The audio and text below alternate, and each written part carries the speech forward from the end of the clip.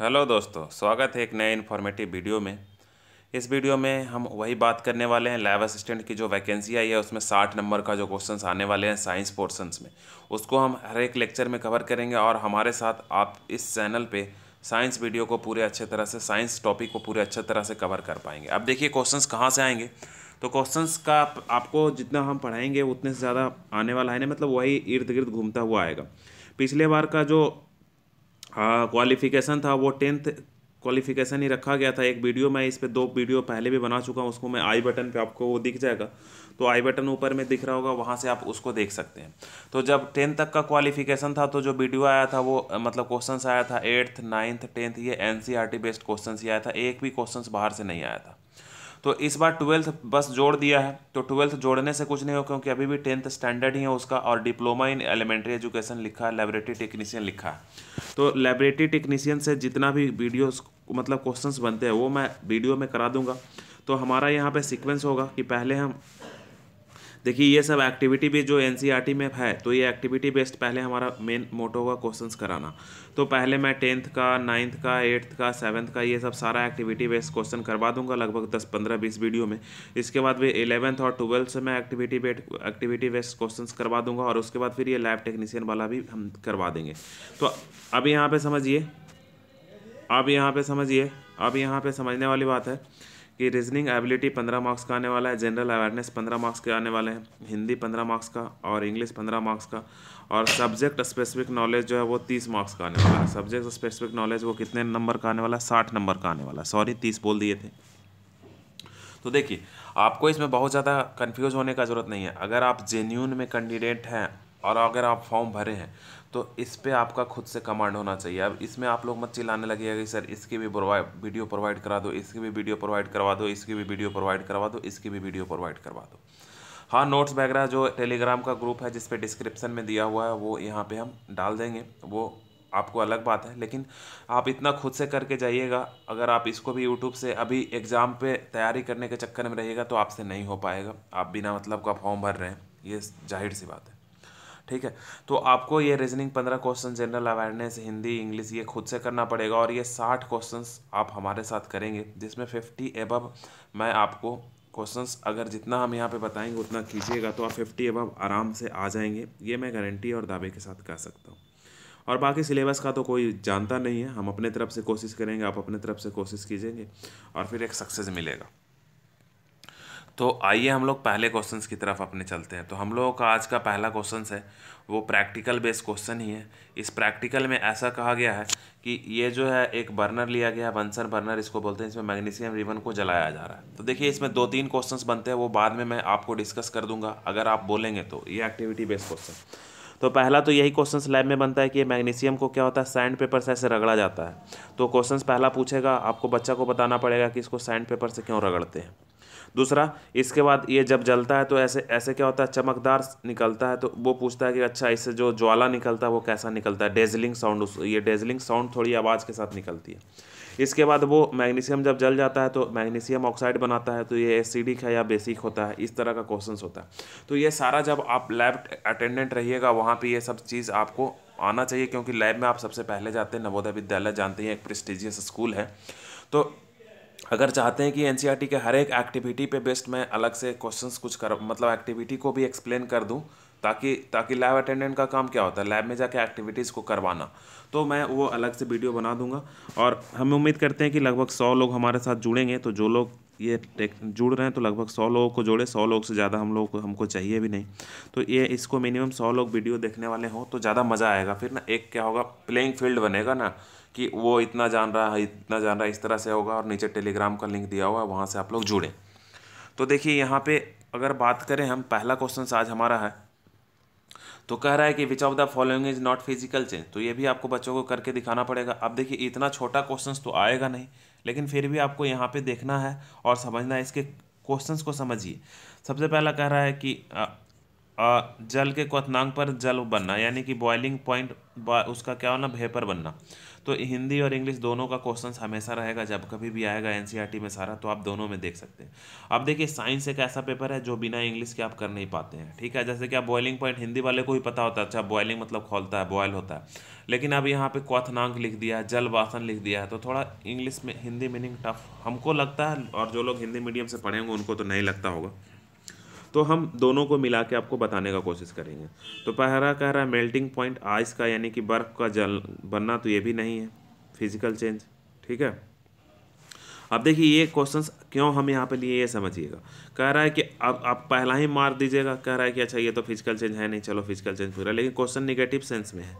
Questions क्या, negative sense में, यानी कि इसमें बताना है कि कौन सा केमिकल चेंज है ना। फिजिकल चेंज को भी वो निगेटिव सेंस में क्वेश्चंस करके पूछा है, और ये थोड़ा कंसेप्चुअल क्वेश्चंस हो गया, और इस तरह से आपको एग्जाम में क्या करेगा, वो कहेगा कि अच्छा आप तो लगेगा कि हम सब सही करके आए, लेकिन आपका गलत हो जाएगा। जैसे कि पहला बच्चा पढ़ेगा ना, विच of the following non physical, आप जानते हैं अच्छा कौन भौतिक परिवर्तन है, नहीं को आप छोड़ दीजिएगा, आप ये आंसर लगा के आ जाएगा। लेकिन यहाँ पे नॉट लिख दिया था, मतलब कि ये भौतिक परिवर्तन वाला वो पूछ नहीं रहा था, वो पूछ रहा था कौन भौतिक परिवर्तन नहीं है। तो पहला भी भौतिक परिवर्तन है, दूसरा भी भौतिक है, जल में लवण का विलय होना, तो ये भी भौतिक परिवर्तन है, द्रवित पेट्रोलियम गैस का दहन, कोई चीज़ को आप जला दीजिएगा तो वो केमिकल चेंज हो जाएगा, रासायनिक परिवर्तन हो जाएगा। तो पहला का आंसर कौन सा हो जाएगा दोस्तों, डी हो जाएगा। नेक्स्ट वन अगर हम बात करते हैं दूसरा क्वेश्चन का हम अपना, तो कह रहा है कि following reactant is an example of, तो देखिए ये भी क्या है, एक रिएक्शन ही है, इसका भी एक्टिविटी एनसीईआरटी में दिया हुआ है, और एनसीईआरटी बेस्ड ये क्वेश्चन है।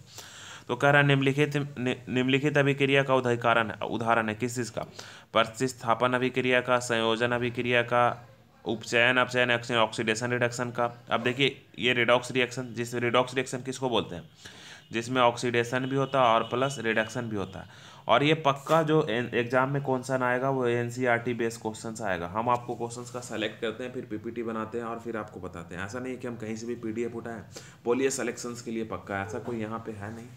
तो हम जब कोई वीडियो लेके आएंगे तो वो उसी तरह का वीडियो रहेगा, आपको पता है सब लोगों को, जो लोग हमारे साथ जुड़े हुए हैं। तो यहाँ पे अच्छा सॉरी मिटा दिए गलती से, कह रहा है कि डिस्प्लेसमेंट रिएक्शन है ये, या फिर कॉम्बिनेशन रिएक्शन है। तो डिस्प्लेसमेंट रिएक्शन क्या बोलते हैं, जब एक को दूसरे से कोई हटा देता है तो उसको डिस्प्लेसमेंट रिएक्शन बोलते हैं। तो देखिए यहाँ पे ऑक्सीजन ये हाइड्रोजन को क्या कर दे रहा है, हटा दे रहा है। देखिए नाइट्रोजन के साथ क्या आ जा रहा है, ऑक्सीजन आ रहा है। तो ये प्रतिस्थापन अभिक्रिया तो है, लेकिन ये आंसर 1 2 3 4 नहीं है, यहाँ पे भी एक से ज़्यादा भी सही हो सकता है, ये वाला क्वेश्चन है यहाँ पे, क्योंकि एक के साथ 4 भी हो सकता है, एक के साथ 3 भी हो सकता है, और 2 के साथ 3 हो सकता है, 3 के साथ 4 हो जाता है। पहला तो हमको सही दिख रहा है। अब दूसरा अगर हम देखें तो कह रहा है संयोजन अभिक्रिया है, ठीक है, कम्बिनेशन रिएक्शन तो नहीं, कम्बिनेशन अभिक्रिया तो है नहीं।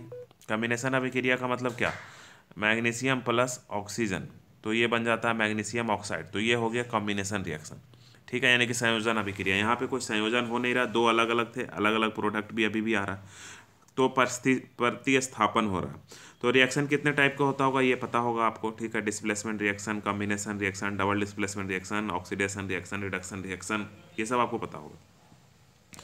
रिडॉक्स रिएक्शन तो उपचयन अभिक्रिया, हाँ, तो इसमें ऑक्सीडेशन भी हो रहा है, रिडक्शन भी हो रहा है, ठीक है। ये कैसे होता है, इसका अगर कंसेप्ट आपको नहीं पता होगा तो हम आपको बता देंगे, और एग्जाम में क्वेश्चन आएगा ना तो एग्जैक्ट यही कॉपी आ जाएगा, क्योंकि एनसीईआरटी का एक बुक आता है एग्जाम्पलर, तो एग्जाम्पलर का ये सारा है, तो एनसीईआरटी में ही ये ऑब्जेक्टिव दिया हुआ और एनसीईआरटी का ही कंसेप्ट है आपके पास। तो पहला भी सही है, तीसरा भी सही है। न्यूट्रलाइजेशन रिएक्शन तो नहीं है ये, तो ये इसका आंसर कौन हो जाएगा, सी नंबर, पहला और तीसरा इसका क्या है, सही है।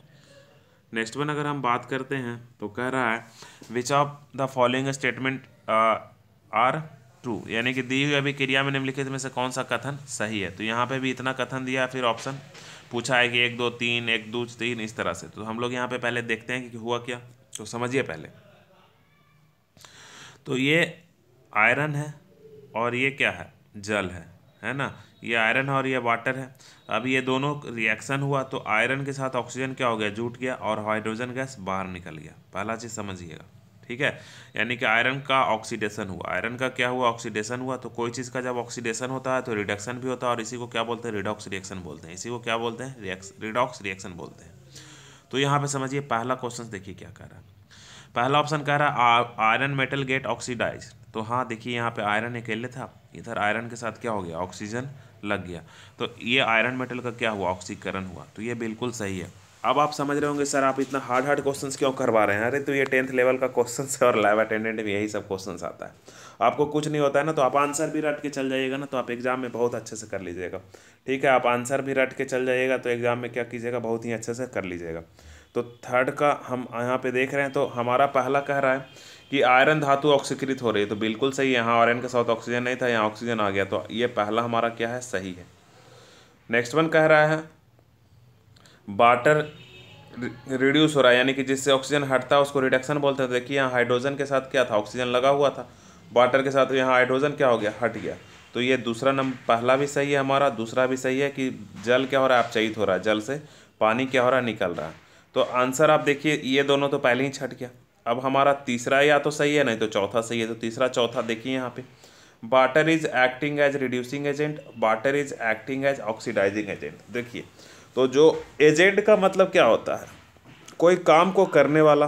तो ऑक्सीडेशन होने के लिए कौन सा क्या ज़रूरत पड़ता है, अभी हम लोग पढ़ें कि ऑक्सीडेशन होने के लिए, ऑक्सीकृत होने के लिए ऑक्सीजन की ज़रूरत पड़ता है। यहाँ पे ऑक्सीजन नहीं है आयरन में, और इसको ऑक्सीजन ऑक्सीकृत होने के लिए इसमें ऑक्सीजन लगा तो ये ऑक्सीकृत हो गया। लेकिन ये ऑक्सीजन आया कहाँ से, तो ये ऑक्सीजन को किसने दिया, पानी ने दिया। तो जो देता है वो एजेंट बन जाता है। ठीक है, तो देने वाला एजेंट बन जाता है। तो यहाँ पे एजेंट कौन है बताइए, जल। तो जल जो है वो ऑक्सीकारक के रूप में कार्य कर रहा है। जल किसके रूप में कर रहा है, ऑक्सीकारक में, क्योंकि वो ऑक्सीजन को प्रोवाइड कर रहा है। Water is acting as oxidising agent, agent का मतलब उस चीज़ को प्रोवाइड करने वाला। तो इसका जो आंसर हो जाएगा दोस्तों वो सी नंबर हो जाएगा। अगर आपको ये आपको लगता है कि हाँ ये सब क्वेश्चन आ सकता है तो आपको कोई कन्फ्यूजन है तो इसमें ज़रूर बताइएगा। अगर आपको थ्योरी में कोई कन्फ्यूजन है तो फिर से आप बताइएगा, मैं इसका थ्योरी भी पढ़ा दूंगा। इसमें कोई बहुत बड़ा हमको परेशानी नहीं है, ये सब बहुत ही आसान सा चीज़ है। हाँ, मैं एक्टिविटीज़ वाइज 1 2 3 4 लेक्चर में एनसीईआरटी को समझा दूंगा तो आप वो हो जाएगा। तो कितने लोग वो बुक को भी पढ़ना चाहते हैं थ्योरेटिकल, वो नीचे कमेंट कीजिएगा। एक कमेंट होगा उसमें आप लोग यस यस लिखते जाइएगा तो हम देख लेंगे कि हाँ हम बुक पढ़ना चाहते हैं। अगर 50-60 लोग होंगे बुक पढ़ने वाले तो हम उनको ऐसे ही पढ़ा दूंगा, जितना टाइम मिलेगा उसमें हमको कोई दिक्कत नहीं है।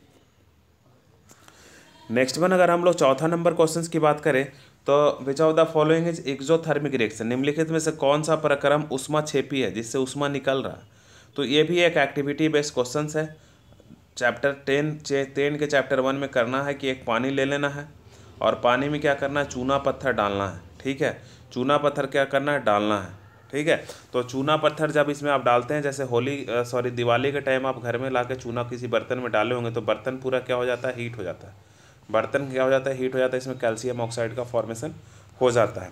ये कैसे होता है ये हम लोग अभी देखेंगे, वो आगे चल के calcium oxide, calcium hydro oxide की बहुत कुछ यहाँ पे बनता है। तो आइए हम लोग बात करेंगे कैल्शियम ऑक्साइड से कैल्शियम हाइड्रो ऑक्साइड कैसे बनता है, CaOH का हॉल 2 कैसे बनता है। तो ये एक तरह का पूरा एक्टिविटी है यहाँ पे बेस्ड। तो एक्टिविटी पे हम डिटेल में नहीं जा रहे हैं, बस हम आपको यहाँ पे ये क्वेश्चंस बनाना सिखा रहे हैं।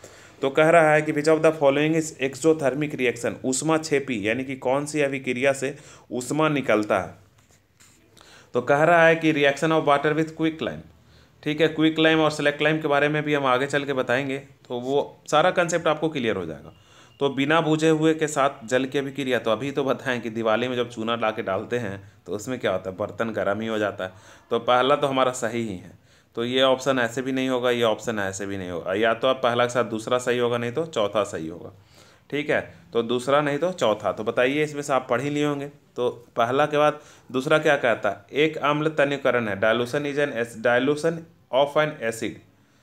तो हाँ, डायलूशन ऑफ एसिड क्या है, ये भी एक अम्ल का तन्यकरण। कोई भी जैसे कि आप बोलते हैं ना, अम्ल ले लेते हैं और इसमें पानी हम लोग डालते हैं तो क्या होता है, हीट निकलता है। इसीलिए बोला गया है कि एक ही साथ बहुत ज़्यादा पानी नहीं डालना चाहिए, या एसिड में थोड़ा, बहुत ज़्यादा एसिड नहीं, पानी में थोड़ा थोड़ा एसिड डालना चाहिए। ऐसा करके हम लोग पढ़े थे। तो पहला और दूसरा हमारा क्या है, सही है। तो पहला दूसरा ए नंबर ऑप्शन में है, तो यही क्या होगा, सही होगा। अब इवापोरेशन ऑफ वाटर, तो देखिए वाटर का जब आप गर्म करते हैं तो इसमें आप ऊष्मा देते हैं, निकलता नहीं है, तो ये तो ऐसे भी गलत हो गया। ये ऊष्मा क्षेपीय अभिक्रिया नहीं है, ऊष्मा अपशोषी अभिक्रिया है। कपूर का उड़ना, तो इसको भी गर्म करते हैं तब ऐसा होता है। गर्म करने से डायरेक्ट कपूर क्या है, भाप बन जाता है। सॉलिड से डायरेक्ट क्या हो जाता है, गैस बन जाता है, लिक्विड स्टेट आता ही नहीं। तो इसलिए इसका नाम क्या होता है, सब्लिमेशन। ठीक है, उधर पातन। तो ये चौथा देखिए कितना मज़ेदार क्वेश्चंस भरा पड़ा रहता है। आप पूरा एनसीईआरटी का ये नवोदय विद्यालय का एग्ज़ाम है, तो ये पूरा का पूरा क्वेश्चन एनसीईआरटी बेस्ड ही आने वाला है। ऐसा नहीं कि ये कोई कंपटीशन का एग्ज़ाम है जहाँ पे बहुत रेलवे का एग्ज़ाम तो है नहीं और एसएससी का एग्ज़ाम है नहीं, यहाँ पे ये एसएससी का एग्ज़ाम है, तो ये एनसीईआरटी बेस्ड क्वेश्चन ही पूछेंगे पिछले बार की तरह। 5वां क्वेश्चन है, ये भी बड़ा एक अच्छा सा क्वेश्चन है। देखिए यहाँ पे एक साथ हम आपको बहुत सा क्वेश्चंस कर दे रहे हैं, ठीक है, एक साथ क्या कर रहे हैं, बहुत सा क्वेश्चंस हम आपको कर दे रहे हैं। तो अगर आपका साइंस का फंडा थोड़ा मजबूत होगा तो आप इसको बहुत अच्छे से करके ले जाइएगा।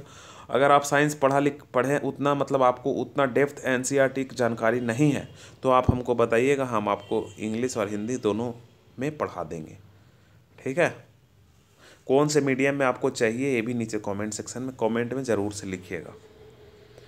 तो अब देखिए 4 ही क्वेश्चंस करने में 15 मिनट लग गए हमको, क्योंकि हर एक क्वेश्चंस में बहुत ज़्यादा कॉन्सेप्ट छुपा पड़ा है। 5वां कहते हैं, तो अब ऐसा है कि 5वां में कह रहा है कि 3 beaker level A B C are containing 250 ml of water taken, यानी कि 3 बीकर लिया गया है, 3 बीकर पे ए बी सी लिख दिया गया है। हिंदी में जो क्वेश्चन है उसको हम पढ़ नहीं रहे हैं, इंग्लिश से हिंदी करके समझा दे रहे हैं।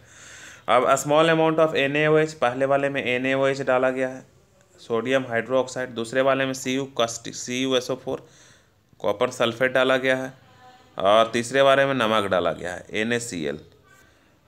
It is observe that there was no increase in temperature with solution containing beaker A and B, while case of beaker C the temperature of the solution fall. ठीक है, ये दोनों में टेम्परेचर इंक्रीज नहीं कर रहा है।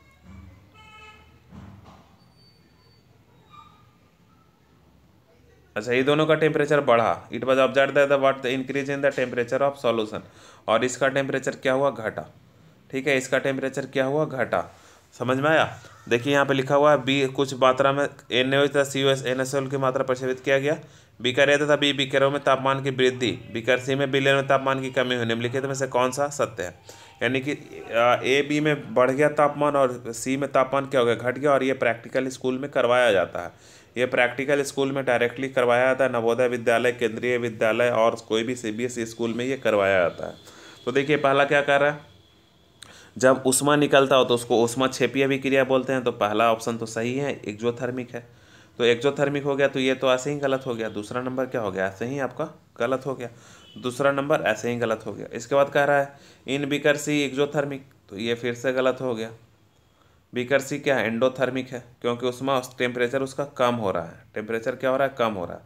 तो उष्मा निकले तो टेम्परेचर अगर उसमें से बाहर आ रहा है तो उसको एक्जोथर्मिक बोलते हैं। टेम्परेचर बढ़ेगा तो, और टेम्परेचर घटेगा तो इंडोथर्मिक बोलते हैं, यानी कि उष्मा शोषी। ठीक है, तो यहाँ पे बीकर बी में उष्मा शोषी अभिक्रिया संपन्न हुआ, यानी कि 1 और 4 सही है। तो इसके हिसाब से C नंबर हमारा क्या हो गया, आंसर हो गया। फर्दर आगे अगर हम बात करें तो कह रहा है कि डाइल्यूट, यहाँ पे फिर से समझिए कि कह रहा है अम्लीय परमैंगनेट विलयन युक्त एक बीकर में फेरस सल्फेट के तनु विलयन मिलाया गया। हल्के जामुनी रंग का विलयन क्षीण होता है, यानी कि हल्का जामुनी रंग, यानी कि ब्लू रंग समझ लीजिए, पर्पल कलर आता है, सॉरी ब्लू नहीं पर्पल कलर आता है। तो इससे आप क्या समझते हैं, ठीक है। A dilute ferrous sulfate solution was gradually added to the beaker containing acidified permanganate solution. The light purple color solution fade and finally disappear. तो इसमें आप क्या समझ रहे हैं, तो देखिए क्या हो रहा है यहाँ पे, समझिए।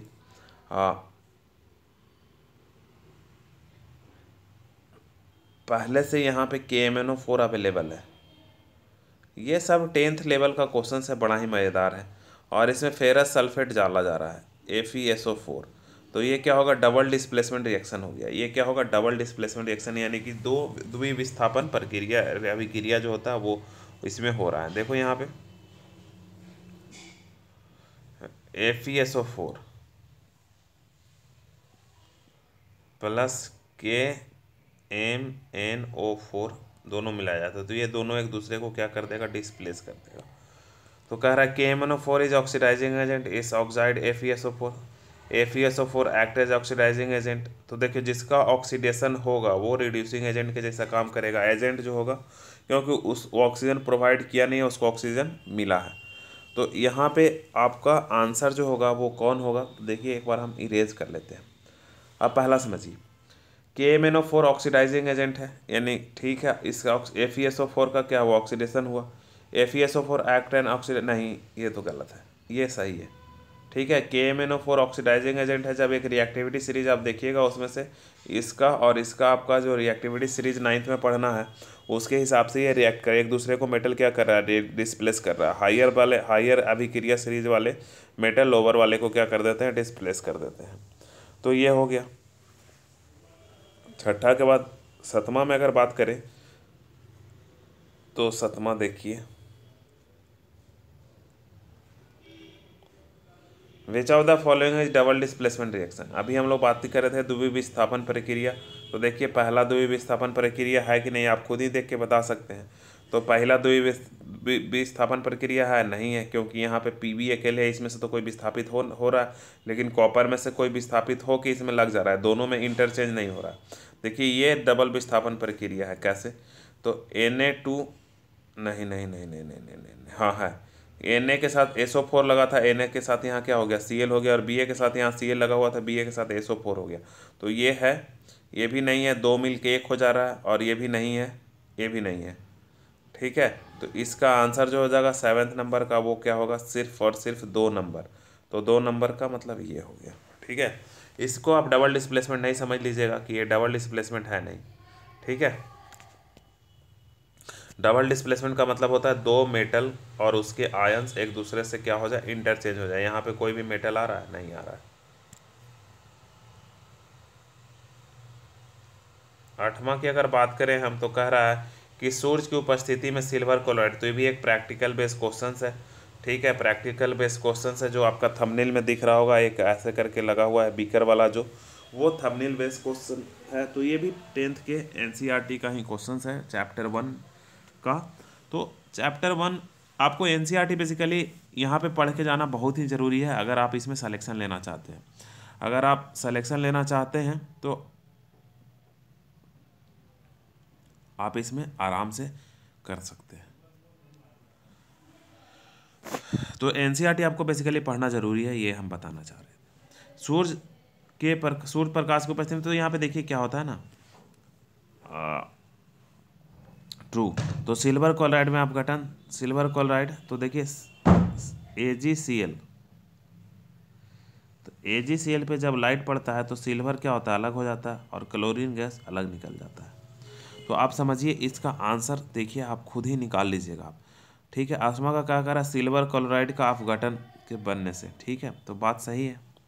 सिल्वर क्लोराइड का उधरपातन नहीं, उधरपातन मतलब सब्लिमेशन थोड़ी ना हो जाता है। सिल्वर क्लोराइड के क्लोरीन गैस से विघटन। ठीक है, decomposition of chlorine gas from silver chloride, इसके बारे में कुछ हम सोच सकते हैं, इसके बारे में हम अभी कुछ सोच सकते हैं, क्योंकि ऐसा ही हो रहा है। देखो पहला क्या कर रहा है, सिल्वर क्लोराइड का अपघटन हो रहा है, और सिल्वर क्लोराइड से क्लोरीन गैस का विघटन, तो क्लोरीन गैस का विघटन भी हो रहा है। इसके बाद क्या कह रहा है, सिल्वर क्लोराइड का ऑक्सीकरण, तो सिल्वर क्लोराइड का यहाँ पे ऑक्सीकरण नहीं हो रहा है। ठीक है, तो यहाँ पे इसका वैकेंसी +1 था, तो इसका रिडक्शन हो रहा है, तो ये चौथा भी गलत हो गया। अब पहला और तीसरा में कन्फ्यूजन है, तो तीसरा भी क्या है, गलत है। इंग्लिश में देखिए डिकम्पोजिशन ऑफ क्लोरीन गैस, ठीक है, फ्रॉम सिल्वर क्लोराइड। ठीक है, तो सिल्वर क्लोराइड से इसका डिकम्पोजिशन नहीं हो रहा है, तो इसका जो आंसर होगा सिर्फ और सिर्फ पहला होगा, 8वां का A होगा, पहला इसका सही है। नेक्स्ट वन अगर हम लोग बात करते हैं तो देखिए ये बहुत से बच्चों को ऊपर सिर के ऊपर से जा रहा होगा कि एक सारी इतना लेवल का आप कैसे पढ़ा दे रहे हैं। तो देखिए इसके लिए आपको NCERT पढ़ना जरूरी है। अगर NCERT का आपका कंसेप्ट नहीं है तो आप पहला वीडियो देखने के बाद ही नीचे कमेंट सेक्शन में कमेंट कर दीजिए, हम NCERT का एक प्रॉपर लेक्चर बना देंगे अगर 10 20 30 कमेंट्स भी आ गए हैं तो, कि NCERT का। ठीक है, और ऐसे आप बिना मतलब का आप खुश होने के लिए कुछ भी पढ़ते रहिएगा तो वो तो अलग बात है, क्योंकि प्रीवियस ईयर क्वेश्चंस देख लीजिए, हम भी देखे हैं, जो भी क्वेश्चंस थे वो NCERT से ही थे। नेक्स्ट वन अगर हम बात करते हैं तो कह रहा है कि यह सॉलिड कैल्शियम ऑक्साइड, ये अभी हम बात कर रहे थे वो दिवाली वाली ये है कि कैल्शियम ऑक्साइड ये दिवाली में यही आता है आपके घर में, और इसमें पानी में डालते हैं तो ये कैल्शियम हाइड्रोक्साइड में बन जाता है, ये कैल्शियम हाइड्रोक्साइड में बन जाता है, और प्लस थोड़ी वाटर उसमें और रह जाती है, ये कंसेप्ट है। तो कह रहा है कि ठोस कैल्शियम ऑक्साइड हम लोग ये ले लिए CO, इस वाटर के साथ क्या करता है, रिएक्ट करता है और कैल्शियम हाइड्रोक्साइड बनाता है, वो हम ऑलरेडी लिख चुके हैं। The process of called slaking lime, ये जो बनता है इसको क्या बोलते हैं, स्लेक्ट लाइम, यानी कि स्लेक्ट लाइम ये बन जाता है, स्लेकिंग लाइम इसको बोला जाता है। Calcium hydroxide dissolve in water to form solution called lime water. इसका जो वाटर जो यहाँ पे जम जाता है उसको सेलेक्ट लाइम बोलते हैं, मतलब ये, और जो ऊपर रहता है उसको क्या बोलते हैं, लाइम वाटर बोलते हैं। जैसे ऐसे करके आप घर में बीकर देखोगे ना, कुछ नीचे जम जाता है, कुछ ऊपर पानी चूना पानी होता है और ऊपर एक लेयर होता है, उसको ऐसे काट देते हैं तो नीचे एकदम सफ़ेद पानी दिखता है, याद है, वही कंसेप्ट है। तो विच of the following is true about select lime, इसमें कौन सा चीज़ सही है। तो पहला तो आपको समझ में आ गया होगा कि ये उष्मा क्षेपीय अभिक्रिया है, एक उष्मा अपशोषी अभिक्रिया है। तो ये उष्मा क्षेपीय अभिक्रिया है, तो ये वाला सही हो गया, ये वाला गलत हो गया, ये वाला गलत हो गया और दूसरा नंबर सही हो गया। इसके बाद कह रहा है कि pH of the resulting solution is more than 7। अब देखिए इसमें ऑक्साइड आया तो ये बेस हो गया, ठीक है, बेस का मतलब क्या, अम्ल और भस्म, तो ये भस्म हो गया, ठीक है, ये क्या हो गया, भस्म हो गया। तो बिलियन पीएच से 7 होगा कि ज़्यादा होगा, तो ज़्यादा वाला बेसिक होता है यानी कि भास्मिक होता है और कम वाला एसिडिक होता है, तो जाहिर सी बात है 7 से इसमें ज़्यादा होगा। तो 7 से ज़्यादा होगा मतलब मोर देन 7 होगा, यानी कि दूसरा और तीसरा इसमें क्या है, सही है। तो दूसरा तीसरा सही है, तो नौमा का कौन सा आंसर हो जाएगा, देखो बताओ बताओ, तो नौमा का क्या होगा, बी हो जाएगा सही। तो इतना ज़्यादा आप पढ़ के जाइएगा। अब आप एग्ज़ाम देखिए, हम बताते हैं क्या होगा, कि आप एनसीईआरटी तो पढ़ के जाइएगा नहीं, एग्ज़ाम देने चले जाइएगा ऐसे ही जनरल कंपटीशन जो पढ़ते हैं आप वही पढ़ के आप बाहर आइएगा, बोलिएगा बहुत टफ क्वेश्चन पूछा था। अरे टफ क्वेश्चन क्या पूछा था, क्वेश्चन तो पहले ही से आउट था, एनसीईआरटी से सारा क्वेश्चन दे दिया लाइन बाय लाइन, ठीक है। या आप ये एनसीईआरटी का ही क्वेश्चन है, हम घर से क्वेश्चन लाए नहीं है, ये एनसीईआरटी जो पब्लिकेशन है वही वो क्वेश्चन जारी करती है और उसी का ये क्वेश्चन है। तो इतना सारा मैं क्वेश्चंस करवा दूंगा ना कि आप एकदम खुद ब खुद टैलेंटेड हो जाइएगा, आप सीट आपकी वहाँ पे रिजल्ट होने के चांसेस ज़्यादा रहेंगे। अगर 10वां में हम लोग बात करें तो कह रहा है बैरियम क्लोराइड, ये भी एक एक्टिविटी बेस्ड क्वेश्चन है, जितना भी एक्टिविटी बेस्ड क्वेश्चन है वो आपको करके जाना बहुत ही जरूरी है। तो 10th नंबर क्वेश्चन कह रहा है कि barium chloride on reacting with ammonium sulphate, barium chloride का मतलब Ba, react with ammonium sulphate तो NH4 का होल टू SO4। आगे कह रहा है फॉर्म अ बैरियम सल्फेट, तो ये बनाता है बैरियम सल्फेट BaSO4। ये कैसे हो रहा है, तो ये बेसिक्स ऑफ केमिस्ट्री का एक हमारा लेक्चर है, वो उसका मैं यहाँ पे अपलोड कर दूंगा उसको, वो आप देख लीजिएगा तो फिर आपको ज़्यादा कंसेप्ट हो जाएगा ये वैलेंसीज के बारे में। विच of the following is correctly, ये क्या मतलब इसके बारे में कौन सा करेक्टली कह रहा है, तो यह एक विस्थापन अभिक्रिया है, तो हम मान लेते हैं कुछ देर के लिए विस्थापन अभिक्रिया है, ठीक है। लेकिन अगर डबल डिस्प्लेसमेंट दे देगा तो वो ज़्यादा सही हो जाएगा, तो चौथा में हमको दिख गया, तो एक नंबर गलत हो गया, चौथा क्या हो गया, सही हो गया। अब क्या कह रहा है कि ये कॉम्बिनेशन रिएक्शन है या प्रिसिपिटेशन रिएक्शन है। प्रिसिपिटेशन का मतलब होता है नीचे ये बनना, प्रिसिपिटेट कुछ नीचे जम जाता है, इसको प्रिसिपिटेशन रिएक्शन बोलते हैं। तो ये कैसा अभिक्रिया ये बताइए। तो ये जो है एक प्रिसिपिटेशन रिएक्शन ही है, इसमें प्रिसिपिटेट का क्या होता है, फॉर्मेशन होता है, इसमें प्रिसिपिटेट का क्या होता है, फॉर्मेशन होता है। तो दूसरा और तीसरा इसका सही है, यानी दूसरा और चौथा सही है, तो मतलब इसका आंसर कौन सा हो जाएगा, डी हो जाएगा दोस्तों, इसका आंसर कौन सा हो जाएगा, डी हो जाएगा, ये आपको याद रखना है। नेक्स्ट वन अगर हम बात करें 11 नंबर में, तो इलेक्ट्रोलिसिस में वाटर डिकम्पोज कैसे होता है, ये भी एक्टिविटी का ही क्वेश्चन है। देखिए ये भी एक प्रैक्टिकल करवाया जाता है बच्चों को, तो ये इसका आंसर हम डायरेक्ट आपको बता देते हैं कि एनोड और कैथोड जो होता है, ठीक है, एनोड और कैथोड पे जो ऑक्सीजन, हाइड्रोजन और ऑक्सीजन जो एक्यूमुलेट होता है, तो सीधा सा समझिए ना, H2O को आप ब्रेक कीजिएगा तो क्या बनेगा, हाइड्रोजन गैस और प्लस ऑक्सीजन गैस। तो यहाँ पे 2 है, यहाँ पे 2 है, यहाँ पे 1 है, तो यहाँ पे इसको 2 हम बना देंगे और इसको कितना बना देंगे 2, यानी कि 2 हाइड्रोजन हो रहा है, तो 1 क्या और ऑक्सीजन। तो कह रहा है कि हाइड्रोजन और ऑक्सीजन मतलब ये हम समीकरण, आप बोले ना कि समीकरण को समतुल्य करना, ठीक है, इक्विवेलेंट करना, दोनों तरफ जितना हाइड्रोजन ऑक्सीजन, ये 10th में पढ़े होंगे आप लोग। तो समीकरण संतुलित समीकरण, तो ये संतुलित समीकरण के आधार पे हम किए, तो 11th का आंसर जो हमारा हो जाएगा वो बी हो जाएगा। 2 हाइड्रोजन बन रहा है तो 1 क्या हो रहा है, ऑक्सीजन बन रहा है। ये भी एक प्रैक्टिकल का क्वेश्चन ही है। नेक्स्ट वन अगर हम आगे चलें तो कह रहा है कि which of the following are endothermic reaction. Endothermic का मतलब उष्मा शोषी, किसमें उष्मा को आपको डालना पड़ता है, यानी कि किसमें टेम्परेचर कम होता है, सीधा सा आप याद रखिए।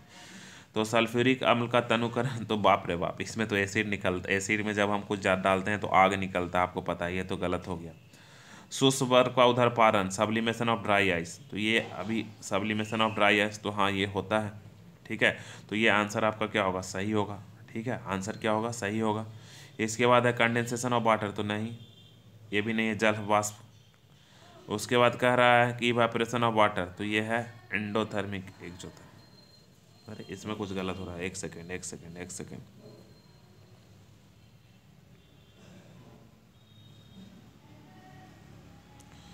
विच of the following is endothermic reaction. Exothermic में उष्मा निकलता है, ठीक है, खुद ही निकलता है। ऊष्मा शोषी, जिसमें हमको ऊष्मा देना पड़ता है, हाँ तो ये सही है। ये दूसरा इसका ऊष्मा शोषी है, ऊष्मा हम इसमें डालेंगे, ठीक है, ऊष्मा डालेंगे तभी तो होगा। एक्सोथर्मिक मतलब ऊष्मा खुद से बाहर आना, यहाँ पे ऊष्मा हमको देना पड़ता है। कोई चीज़ को इवेपोरेट कराने के लिए आपको ऊष्मा देना पड़ता है ना, वाष्प बनाने के लिए, जल का वाष्प बनाने के लिए आपको ऊष्मा क्या करना पड़ता है, देना पड़ता है। शुष्क बस का उरा पावन, तो बस को जब आप गर्म करिएगा तभी तो होगा। और जल वाष्प को संघनन करने के लिए उसको ठंडा करना पड़ेगा, यानी कि उसमें से टेम्परेचर बाहर निकालना पड़ेगा, देना नहीं पड़ेगा, ठीक है। तो ये कंसेप्ट बहुत अच्छा कंसेप्ट है। देखिए यहाँ पे भी हम समझा देते हैं। मान लो कि ये पानी है, इसमें नीचे से ऊष्मा आप दे रहे हैं, तो ये क्या बन जाएगा, वाष्प। तो ये इसमें से ऊष्मा हम दिए, यानी कि ऊष्मा इसने सोखा, तो ये ऊष्मा शोषी अभिक्रिया यानी कि एंडोथर्मिक। अब ये वाष्प में से ऊष्मा हम बाहर खींचने लगेंगे, धीरे धीरे बाहर निकाल लेंगे, ठीक है। ऊष्मा क्या करेंगे, निकालेंगे कैसे, ठंडा करके।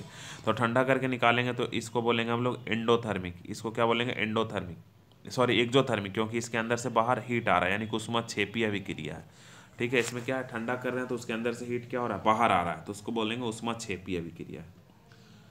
नेक्स्ट वन अगर हम 13 में बात करें तो कह रहा है कि जलीय पोटेशियम आयोडाइड तो जलीय लेड नाइट्रेट, ये भी एक एक्टिविटी बेस्ड क्वेश्चन है, 10th में ही पढ़ना है। यानी कि 10th में जितना एक्टिविटी बेस्ड क्वेश्चन है वो मैं सब आज आपको करवा दिया। अब आप पे ये डिपेंड करता है कि आप ये पढ़े हैं कि नहीं। अगर आप नहीं पढ़े हैं तो तुरंत से नीचे कमेंट सेक्शन में ये पूरा लेक्चर देखने के बाद कर दीजिएगा कि हम नहीं पढ़े हैं, तो पहले मैं इसका थ्योरी पढ़ा दूंगा, तब मैं वीडियो लेके आऊँगा, ठीक है। हमको आपको पता है कि हमको व्यू से बहुत ज़्यादा मतलब होता नहीं है, बस आप कोई फ़ायदेमंद हो जाए इसी पे लिए मैं वीडियो हमेशा बनाते रहता हूँ, छोटी छोटी। तो कह रहा है कि जलीय पोटेशियम आयोडाइड तथा जलीय लेड नाइट्रेट के मध्य विस्थापन अभिक्रिया में लेड आयोडाइड पीला अपशिष्ट बनाता है। हाँ बिल्कुल सही है, बनाता है, एक्टिविटी में हम लोग देखे हैं। तो कह रहा है इस प्रक्रिया, तो ये स्कूल में करवाया भी जाता है, हम जब पढ़ाते थे स्कूल्स में तो ये करवाते थे। तो यदि लेड नाइट्रेट उपलब्ध ना हो तो आप लेड नाइट्रेट के स्थान पर क्या प्रदत्त करेंगे। तो लेड नाइट्रेट पे ये सीधा सा मतलब प्रैक्टिकल का क्वेश्चन से आप इसका आंसर ही याद कर लीजिए कि लेड नाइट्रेट जब आपके पास ना हो तो लेड एसीटेट का आप यूज कर सकते हैं, ठीक है। लेड नाइट्रेट का एसीटेट कर सकते हैं। ये इनसोल्यूबल है ही तो इसको यूज क्यों करेंगे, ये पहले ही तो आपको दे दिया है ना हिंट। और लेड के जगह लेड ही का कोई कंपाउंड यूज़ करेंगे तो ये अमोनियम नाइट्रेट भी नहीं यूज़ करेंगे, पोटेशियम सल्फेट भी यूज़ नहीं करेंगे, लेड का ही कोई कंपाउंड हमको लेना पड़ेगा। करा विच of the following gases can be use for a storage fresh sample of an iron for long time, ठीक है। तो इसको इससे गैस में रखते हैं, बताओ। तो ये इसका आंसर भी आप रख लीजिए, हीलियम और नाइट्रोजन में इसको रखा जाता है। ऐसे भी कोई चीज़ का परिरक्षण नाइट्रोजन में फूड बायोग्राफी का करते हैं, ये देख लीजिए, आपको पता ही होगा। तो ये एक छोटा सा क्वेश्चन था। अब 15 की अगर बात हम लोग बात करें, 15 की अगर बात करें